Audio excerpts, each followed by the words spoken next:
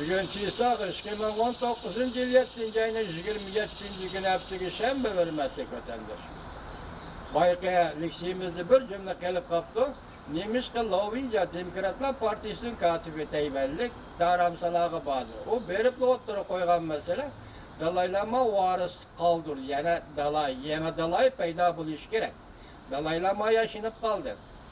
Şunu sen Tayvan'da kılamsan varis kaldırışı Tayvan'da. A taraftan Cungo talışmadıdır. Bu taraftan Tayvan talışmadıdır. Demek şu noktada Tayvan'dan niyetimi sağlam emez. Neymiş kardeşimle dalaylama hazır Hindistan'da Dharamsala'da. Dharamsala bu ülkenin Hindistan, Tibet sergerdalları ayırtıp bəgen iken dalaylama varis kaldırış işini fakat Dharamsala'da becerseler onun bir ömür kılgan kör işine doğru keledi. Endiki mavzumunda vatandaş. Şangang'da avatsiya işi hizmetçileri narazılık namayış kılıbıcılar sepige koşuldu. Şangang, Hong Kong Halkara Airport'u yığılış namayış ötküzdü. Mavzunu haber 7. ayının 26. günü Amerika vazının Xitay Tili programı ilan kılındı. Haber bundan başladı. Şangang'da avatsiya sahası her saha erbapları. Cuma günü Şangang Halkara Airport'u yığılış namayış ötküzüp hükümetinin namayışçılar oturup koygan 5 türlük talebiga derhal cevap verişini talep kıldı. Halkara cemiyetinin köngül bölüşünü kolga keltirmekçi bol. Halkara cemiyetinin köngül bölüşünü kolga keltirmekçi bol. Yığılış çünkü saat 1'de başlanıp keçe davamlaştı. Namayışçılar sığa kar kiyim giyişken idi. Bazıları ağzıga maska, beşiğe kaska giyişken. Namayışçılar Şangang Halkara Airportu, 1. yolcular toşuş binası, 5. kaviti, kütüp oturuş zalıda cim oturup namayış kıldı. Şangang Hong Kong matbuatları mundak görsetti. Namayışçılar Linjin taxtın köş dedi.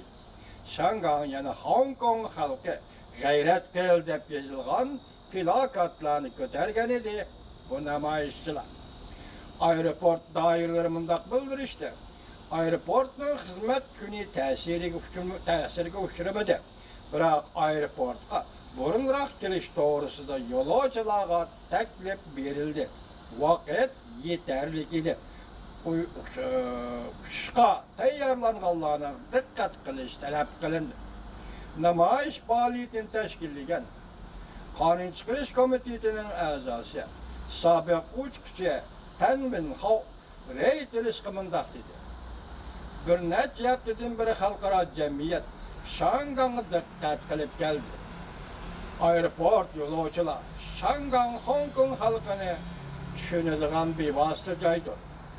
Cümleden uçuşçular, uçuş grupsi, xodimlarni o'z ichiga olgan 15 ming nafar kishi bir parcha, kechiringlar, 1500 nafar kishi bir parcha murojaatga imzo qo'ydi.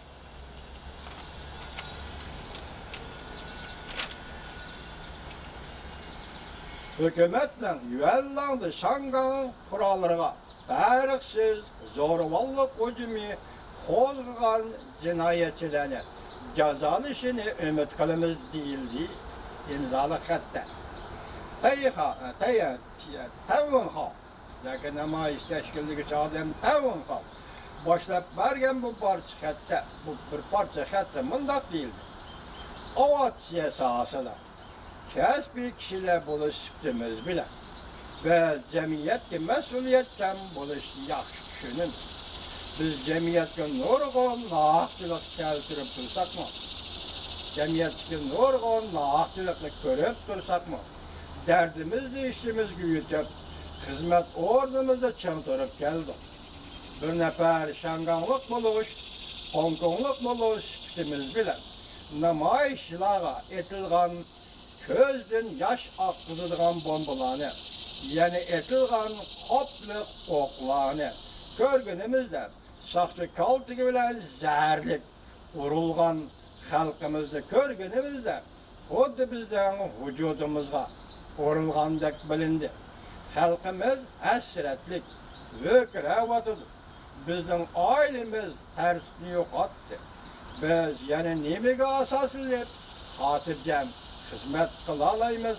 Vijdonimizni yoshirib, ovoz chiqarmay, yomon yatayot bo'lamizmi?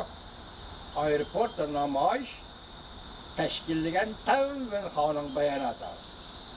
Bu bir parcha ochiq xatda mundaq deyildi. Bugun biz kasbimiz to'g'risida gap qila olmaymiz. Biz bugun vijdonimiz bilan so'zlaymiz. Shanghayda, Hong Kongda 4 nafar ma'muriyat organlarining modellari, 300 nafardek davlat mulozim, xizmatchilar haftaning 4-kuni ayrim ochiq xat yozib, Shanghay hukumatining namoyishchilarning 5 turlik talabiga rasmiy javob berishini, jumladan qonun loyihani chekintirishni va mustaqil tekshirish komiteti qurishni talab qildi.